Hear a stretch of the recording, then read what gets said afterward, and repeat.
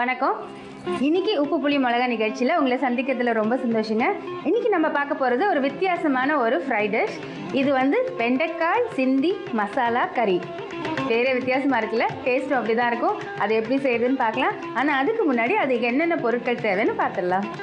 வெண்டைக்காய், எண்ணெய், வெங்காயம், தனியாத்தூள், உப்பு, தயிர், மிளகாய்த்தூள், கரம் மசாலா தூள், மாங்காய் தூள்.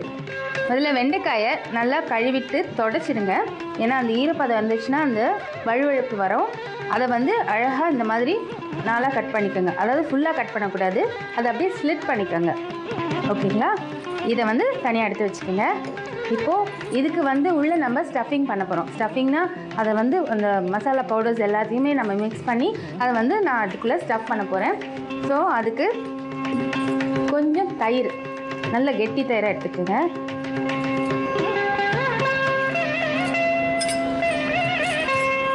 உப்பு,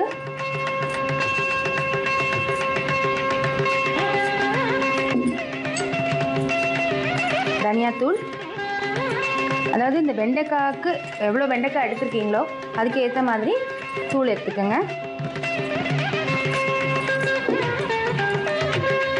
மிளகாய்த்தூள்,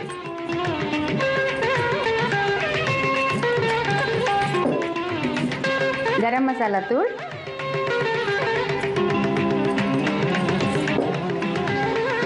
இப்போது ஆம்ச்சூர் பவுடர், அதாவது மாங்காய் தூள். மாங்காய் தூள் வந்து ஒரு தண்ணி சுவை கொடுக்குங்க. இந்த ஆம்ச்சூர் பவுடர் அதாவது காஞ்ச மாங்காவோட பவுடர். இது வந்து ரொம்ப சுவை, அதாவது செய்கிற பதார்த்தத்துக்கு ஒரு தனி சுவை கொடுக்குங்க.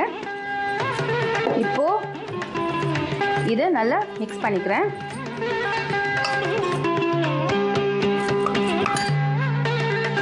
நான் ஏன் கெட்டி தயிர்னு சொன்னேன்னா ரொம்ப தண்ணி ஆகிடும், இல்லைன்னா அதுக்குள்ளே வந்து அந்த ஸ்டஃபிங் நிற்காது.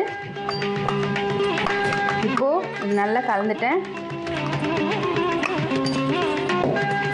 நம்ம கட் பண்ணி வச்சுருக்கேன் இல்லையா அந்த வெண்டைக்காவை, இப்போது இது இப்படி எடுத்து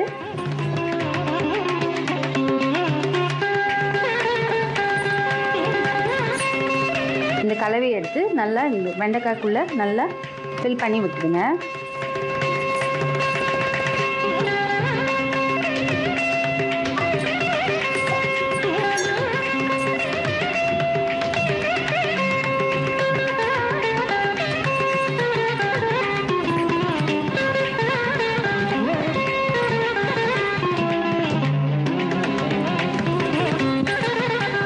இதை நான் ஸ்டஃப் பண்ணிட்டேன். இதை நம்ம எண்ணெய் ஊற்றி நல்லா வதக்கணும். அடுப்பு பற்ற வச்சுக்கலாம்.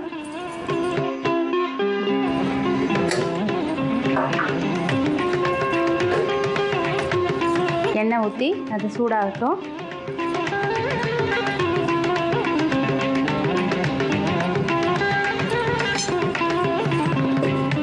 எண்ணெய் சூடானதுக்கப்புறம் வெங்காயம் போட்டு கொஞ்சம் வதக்கிட்டு அதுக்கப்புறமா நான் இது ஸ்டஃப் பண்ணி வச்சுருக்கேன் இல்லையா இந்த வெண்டைக்காயும் இதில் போட்டுட்டு நல்லா சிம் ஃபயரில் வச்சு நல்லா வதக்கி எடுக்கணும்.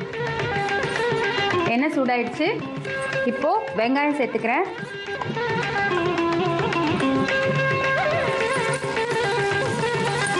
வெங்காயம் கொஞ்சம் வதங்கினா போதும். ஏன்னா நம்ம இந்த வெண்டைக்காயும் சேர்த்து நல்லா வதக்கணும். அது வதங்கிறதுக்குள்ளே இது வந்து கருகிடும். அதனால் இது கொஞ்சம் வதங்கினா போதும். இப்போது இந்த வெண்டைக்காயை ஒன்று ஒன்றா அதில் சேர்த்துடுறேன்.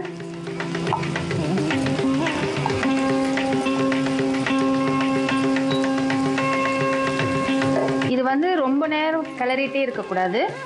இதை போட்டுட்டு லேசாக பரட்டி எடுத்துட்டு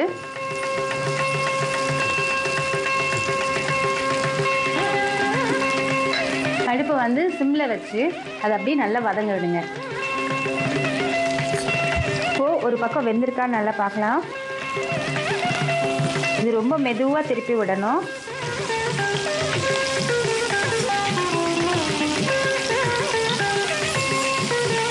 எல்லா பக்கமும் நல்லா வேகணும்.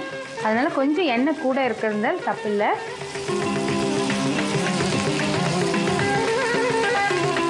இப்போ திருப்பி போட்டிருக்கேன்.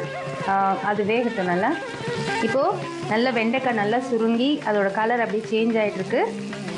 அப்படியே மாதிரி வெங்காயமும் பாருங்கள் நல்லா கோல்டன் ப்ரௌன் கலரில் இருக்குது. இப்போது இது கரெக்டான பதம். இப்போ வந்து இறக்கிடலாம் அதை.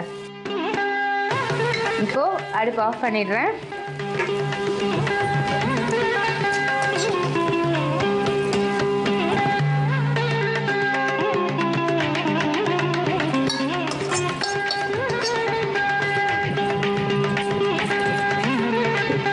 வெண்டைக்காய் சிந்தி மசாலா கறி தயாராக இருக்குங்க. இது எப்படி செய்கிறதுன்னு ஒரு சின்ன ரீகேப் பார்க்கலாம். வெண்டைக்காயை நல்லா கழுவி நல்லா தொடச்சிட்டு தண்ணி இல்லாமல் அதை வந்து 4 கீறி வச்சுக்கோங்க. அதுக்கப்புறம் கெட்டி தயிர் எடுங்க. அதோட உப்பு, தனியாத்தூள், மிளகாய்த்தூள், கரம் மசாலா தூள், மாங்காய்த்தூள் இது அத்தனையும் நல்லா போட்டு நல்லா கலந்து எடுத்து வச்சுக்கோங்க. இப்போது இந்த கலந்து வச்ச கலவையை நம்ம ஏற்கனவே வெட்டி வச்சுருக்கிற வெண்டைக்காய்க்குள்ளே நல்லா ஸ்டஃப் பண்ணுங்கள். ஸ்டஃப் பண்ணி தனியாக எடுத்து வைங்க. அடுப்பை பற்ற வைங்க. கடாய் வைங்க. கடாயில் எண்ணெயை ஊற்றுங்க. எண்ணெய் காஞ்சதும் வெங்காயம் போட்டு நல்லா வதக்குங்க.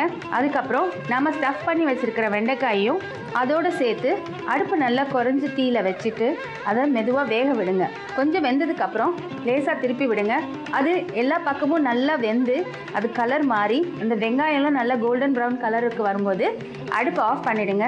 அதுக்கப்புறம் எடுத்து சர்வ் பண்ணுங்கள். இப்போ உங்களுக்கு ரொம்பவும் சுவையான ஒரு வெண்டைக்காய் சிந்தி மசாலா கறி தயார்.